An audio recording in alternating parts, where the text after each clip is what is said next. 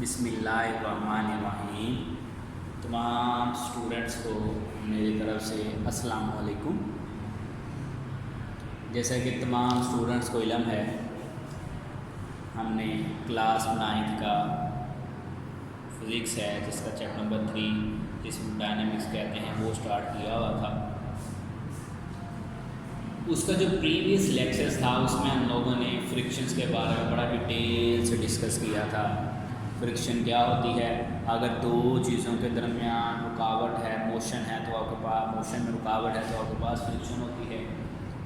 फिर हमने फ्रिक्शन की कुछ टाइप्स पढ़ी थी जिसमें हमने सबसे पहले पढ़ा था हमारे पास जो आती है फ्रिक्शन में वो आपके पास आती है लिमिटिंग फ्रिक्शन, यानी फ्रिक्शन की जो ज़्यादा से ज़्यादा मकदार थी हमने उसको लिमिटिंग फ्रिक्शन कहा था। फिर हमने कोफिशिएंट फ्रिक्शन कहा था कि जो फ्रिक्शन फोर्स होती है और रिएक्शन जो आर होता है इसके दरमियान जो रेशो होती है वो आपके पास कोफिशिएंट ऑफ फ्रिक्शन कहलाती है। फिर हम लोगों ने रोलिंग फ्रिक्शन पढ़ा था।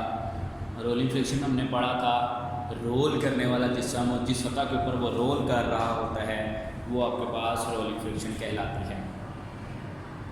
फिर हम लोगों ने ब्रेकिंग और स्किडिंग के बारे में पढ़ा था कि ब्रेकिंग और स्किडिंग क्या है। ब्रेकिंग का मतलब होता है कि जब आप बहुत ज़्यादा ज़ोर से ब्रेक लगाते हैं और फ्रिक्शन ना होने की वजह से आपकी गाड़ी का स्किड कर जाना, स्लिप हो जाना। फिर जो हम लोगों ने डिस्कस किया था उसमें हम लोगों ने फ्रिक्शन कम करने के तरीके थे। हम उसकी जो शेप है वो स्ट्रीमलाइन बनाकर, जो ऑब्जेक्ट है आपके पास उसको स्मूथ बनाकर, डुप्लीकेट द सरफेस को डुप्लीकेट करके देन हम लोगों ने डिस्कस किया था बार बेरिंग और रोलिंग बेरिंग का इस्तेमाल करके, यानी 4 चीज़ों का अगर हम यूज़ करें तो हम फ्रिक्शंस को रिड्यूस कर सकते थे। तो स्टूडेंट्स आज के हमारे टॉपिक की तरफ चलते हैं। आज का हमारा जो टॉपिक है वो हमारे पास है uniform circular motion. Uniform circular motion आपके पास क्या है, उसको स्टार्ट करने से पहले आपने एक छोटा सा काम करना है। आपने मेरी वीडियो को लाइक करना है, मेरे चैनल को सब्सक्राइब करना है और बेल आइकॉन को प्रेस करना है ताकि हर आने वाली जो नई वीडियो है उसका नोटिफिकेशन आप तक पहुंच सके। तो स्टूडेंट्स आज का जो टॉपिक है हमारे पास यूनिफॉर्म सर्कुलर मोशन। जैसा कि आपके सामने भी ज़ाहिर है यूनिफॉर्म सर्कुलर मोशन क्या है। The motion of an object, circular motion sir को कहते हैं दायरे में, और मोशन का मतलब हरकत, यानी अगर कोई जिसम दायरे में हरकत कर तो आपके पास सर्कुलर मोशन। सबसे पहले इसकी डेफिनेशन देखते हैं हमारे पास क्या है। The motion of an object in a circular path is called as circular motion. और कोई जिसम दायरे में हरकत करता है तो आपके पास सर्कुलर मोशन में आ जाता है। एक एग्जाम्पल हमारे पास है मोशन ऑफ मून अराउंड अर्थ, कि आपके पास जो चांद है उसमें इनकी चक्कर लगाता है तो आपके पास सर्कुलर मोशन की है। साथ में हम पीछे फिगर भी बनाई हुई है। अब इसकी फिगर्स क्या है, इसे कुछ एक्सप्लेनेशन देखते हैं कि अगर हम कुछ अपनी रोज़मर्रा ज़िंदगी में एग्जाम्पल लें तो हमारे पास में बहुत ज़्यादा सर्कुलर मोशन की एग्जाम्पल्स हमें मिल जाती हैं।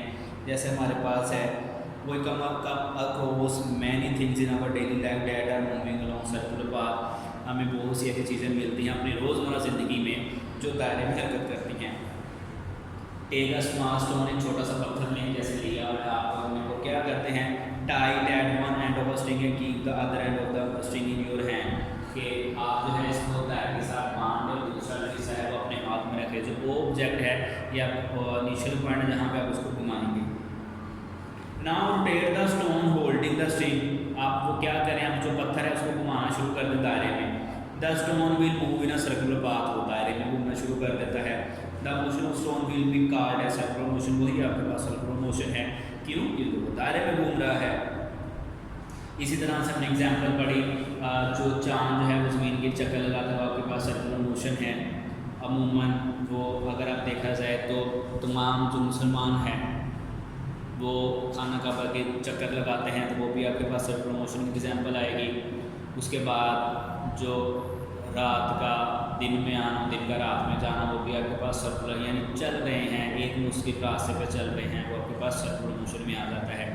तो सर्कुलर मोशन का कॉन्सेप्ट आपको क्लियर हो गया होगा कि अगर कोई जिसम दायरे में हरकत करता है तो आपके पास मोशन जो है वो सर्कुलर मोशन कहलाती है। नेक्स्ट आपके पास जो आ जाता है टॉपिक वो आपके पास है सेंट्रीपिटल फोर्स। सेंट्रीपिटल फोर्स क्या है, सबसे पहले डेफिनेशन है force that keep a body moving in a circle कि वो फोर्स, ऐसी बात हमने सर्कुलर मोशन को पढ़ा। अब सर्कुलर मोशन को भी तो अपने दायरे में घूमने के लिए किसी फोर्स की ज़रूरत होती है, क्योंकि अगर फोर्स नहीं होगी वो घूम नहीं सकेगा, वो जिस मर्जी डायरेक्शन में चला जाएगा।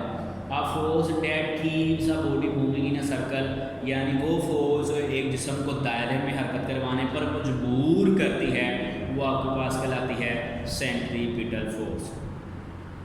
इसकी कुछ फिगर्स ड्रा की हैं, इसका हमने फार्मूला भी एक जनरेट किया हुआ है, इसकी फिगर्स को हम डिस्कस करेंगे।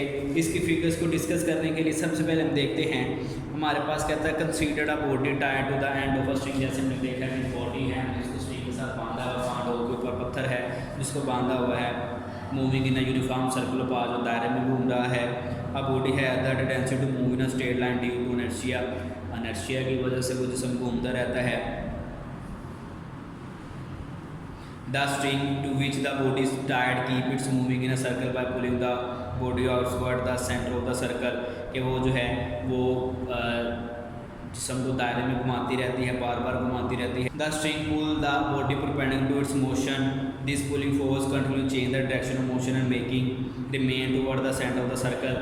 वो अपनी डायरेक्शन चेंज करती रहेगी, जैसे यहाँ पे इस पॉइंट पे, इस पॉइंट पे, इस पॉइंट पे, इस पॉइंट पे, लेकिन वो रहेगी दायरे में ही रहेगी। This center seeking force is called centripetal force. It keeps the body moving in a circle, वो जिस्म को दायरे में घुमाती रहती है। Centripetal force always act perpendicular to the motion, वो हमेशा मुद्दन अमल करती है, ऊपर किसी मन में अमल कर रही होती है। अब इसकी दो फिगर्स, इस दो फिगर्स को देखा जाए तो फिगर्स में आपके पास जो सबसे पहले फिगर ए है, figure A, A stone tied to one end of a string rotating in a circle, आपने एक पत्थर बांधा, उसको आप दायरे में घुमाई जा रहे हैं। The tension in the string provide the necessary centripetal force, धागे में जो मजबूती है, जो शक्ति है, वो उसको सेंट्रीपिटल फोर्स मुहैया करती है। It keeps the stone moving in the circle, उसी से वो क्या करता है, वो दायरे में घूमता रहता है। If the string is not strong enough to provide the necessary tension, it breaks and stone जो है वो moves away along a tangent to the circle। तो कहता है अगर वो स्ट्रिंग उसकी आपने बिल्कुल लूज़ हो गई, ढीली हो गई, उसकी मजबूती टेंशन खत्म हो गई है, तो वो क्या करेगा, वो टूट जाएगा। यानी अपनी सिमत से परपेंडिकुलर, सिमत में टेंजेंट बनाते हुए, टेंजेंट मीन्स 90 डिग्री के एंगल बनाते हुए अपनी ओरिजिनल पोजीशन से दूसरी तरफ चला जाएगा। दूसरी इसकी जो मेन बात है वो ये है, the moon revolves around the earth, the gravitation force of the earth provide the necessary centripetal force. अब जो चांद है वो भी ज़मीन की चक्कर लगा रहा है, जैसे हमने सर्कुलर मोशन में पढ़ा, लेकिन हम आगे पढ़ रहे हैं कि सर्कुलर मोशन में हरकत करने की वजह क्या है। तो वो कहता है जो ज़मीन है, ज़मीन अपनी ग्रेविटी की वजह से, ज़मीन उसे अपनी तरफ खींचती है, लेकिन चांद की अपनी ग्रेविटी है, तो दोनों की ग्रेविटी कैंसिल आउट होकर वो क्या करता है, वो चांद जो है वो ज़मीन के लिए मूव करता रहता है। लेकिन वो सेंट्रीपिटल फोर्स को कौन मुहैया कर रही होती है, ज़मीन, यानी ज़मीन उसको सेंट्रीपिटल फोर्स मुहैया कर रही होती है। इसी तरह से अगर हम इसका जो फार्मूला जनरेट किए, वो कहते हैं let a body mass and moving with move uniform speed v in a circle of radius r, कि हमारे पास मास एम की जिस्म है वो रेडियस आर में गर्दिश कर रहा है। The acceleration provided the centripetal force is given by, इन जिसकी एक्सेलरेशन में आपके पास दो चीज़ें हैं, वेलोसिटी से रेडियस आर में गर्दिश कर रहा है। तो ए सी इज इक्वल टू ए, आपके पास क्या एक्सेलरेशन, सी सेंटीमीटर फोर्स है, तो आपके पास बराबर होगी वी स्क्वायर ओवर आर। हमने न्यूटन का सेकंड लॉ ऑफ मोशन पढ़ा फिजिकल टर्म में, लेकिन क्योंकि यहाँ पे सेंटीमीटर फोर्स पढ़ रहा है तो F C is equal to M A सी।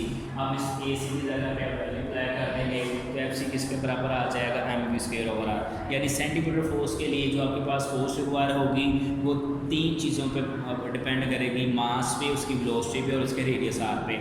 और इसकी जो सेंटीमीटर फोर्स होगी वो आपके पास इक्वल होगी m v square over are.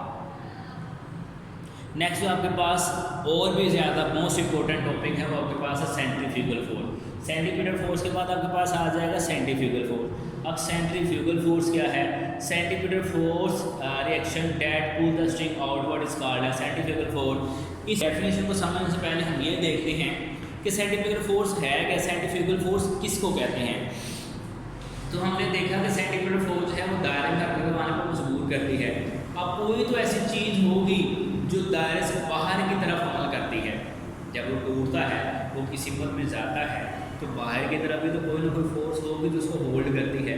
तो वो जो फोर्स है वो आपके पास सेंट्रीफ्यूगल फोर्स है। इसके कुछ एग्जांपल्स भी हैं, जैसे कि आपके सामने एक फिगर आ रही है। इस फिगर में आपके पास एक कोस्टर कार दिखाई दे रही है। आप कोस्टर क्या है, आप कोस्टर कार क्या है, ऊपर की तरफ जाते हुए भी, नीचे की तरफ आते हुए भी उसमें सेंटीमीटर फोर्स होती है। लेकिन जब वो नीचे आती है तो हमें ऐसा लगता है कि जैसे हम बाहर की तरफ गिरने लगते हैं। तो जाहिर सी बात है बाहर की तरफ भी तो कोई ना कोई फोर्स अमल कर रही होती है। तो वो जो बाहर की तरफ फोर्स अमल कर रही है तो आपके पास सेंट्रीफ्यूगल फोर्स है। सेंटीमीटर रिएक्शन यानी सेंटीमीटर फोर्स का ही जो रिएक्शन है that pull the string outward, जो उसे बाहर की तरफ मूव करवाता है, वो आपके पास कहलाता है सेंट्रीफ्यूगल फोर्स। या ऐसी फोर्स जो दायरे से बाहर की तरफ अमल करती है वो आपके पास सेंट्रीफ्यूगल फोर्स है। जो दायरे में हरकत करवाने पर मजबूर करेगी वो सेंटीमीटर फोर्स होगी, और जो दायरे में हरकत करवाएगी वो आपके पास यूनिफॉर्म एक्सेलरेशन।